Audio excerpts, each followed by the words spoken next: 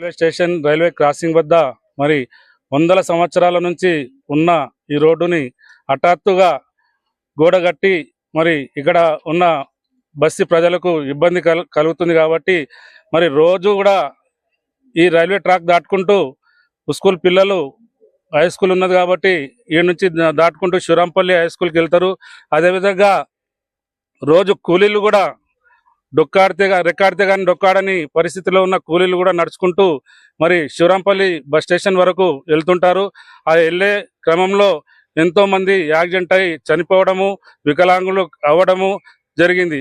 మరి ఈ రోడ్డు మూసేటప్పుడు మరి మాకు ఇక్కడ ఏదన్నా తాత్కాలికంగా మార్గము పైనుంచి కానీ కింది నుంచి కానీ ఏది కూడా చూపించకుండా మరి ఆర్ఎం గారి నుంచి తిరిగి వెళ్ళాలని చెప్పి మాకు సూచన ఇస్తున్నారు.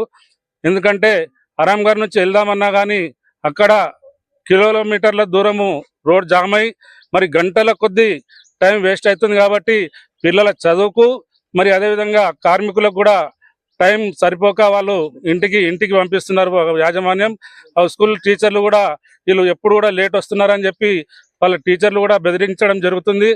మాకు ఏం లేదు, చుట్టుపక్కల బస్తీలో ఒక 15-20 కాలనీలు ఉన్నాయి. ఆ కాలనీలకు మెయిన్ మార్గం ఇదే.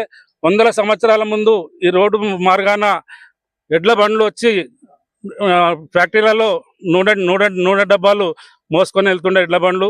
అప్పటి నుంచి ఉన్న మార్గాన్ని హఠాత్తుగా మూయడం అనేది మాకు చాలా ఇబ్బందికరంగా మారింది. కాబట్టి ఈ రోడ్డుని ఎమ్మెల్యే గారు, ఎంపీ గారు, మరి కార్పొరేటరు 4 సార్లు గెలిచినా అని చెప్పి ఎమ్మెల్యే గారు అంటుండు, 2 సార్లు ఎంపీగా గెలిచిండు, మళ్ళా 2 సార్లు కార్పొరేటర్ కూడా గెలిచిండు. కాబట్టి ఈ రోడ్డు గురించి ఇక్కడ ప్రజల గురించి వాళ్ళకేమైనా పట్టింపు ఉందో లేదో, మరి ఈ ప్రజలు కూడా వింటారో లేదో, మళ్ళీ ఇప్పటికైనా కళ్ళు తెరిచి మరి కళ్ళు మూసుకొని ఉండకుండా కళ్ళు తెరిచి చెవులతోటి విని మరి ఈ రోడ్డుని తెరిపించాల్సిందిగా మేము బస్తీవాసుల తరపు నుంచి బీఆర్ఎస్ పార్టీ వాళ్ళము కోరుకుంటున్నాం.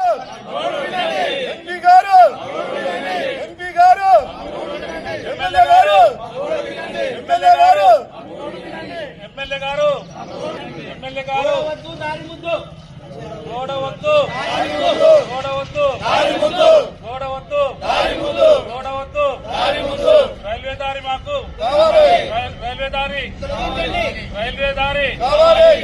దారి